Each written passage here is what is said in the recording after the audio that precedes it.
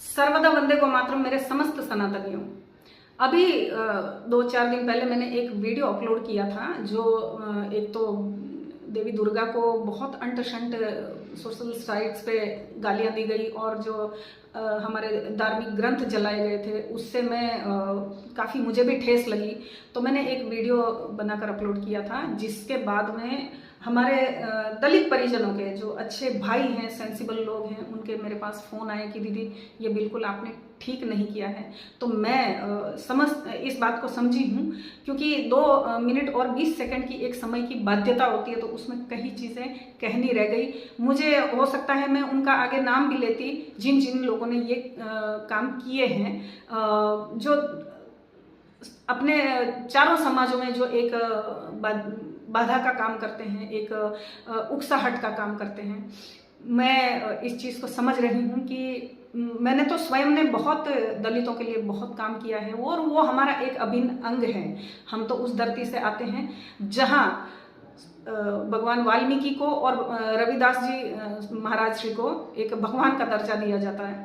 मैं उस परंपरा से आती हूँ। मेरा ऐसा पर्सनली किसी को ठेस पहुँचाने का कोई व्यक्तिगत कोई इरादा नहीं था। फिर भी यदि आप लोगों में से किसी भी मेरे दलित परिजन की कोई भावनाएं आहत हुई हो तो मैं हृदय से क्षमा प्रार्थी हूँ। मैंने कभी जातियों का नाम नहीं लिया है, पर ये इतना प्रचारित किया जा रहा था और इतना लोगों को उकसाया जा रहा था कि ठेस मुझे भी लगी।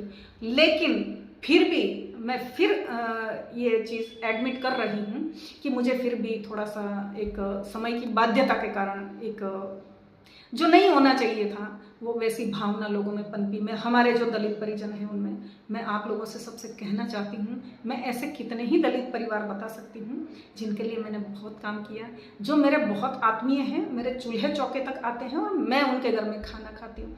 यदि मेरा कोई ऐसी ठेस पहुँचाने का ऐसा कोई इरादा नहीं था, यद्यपि फिर भी यदि आप लोगों को ऐसा लगा है तो मैं अपने शब्द वापस लेती हूँ।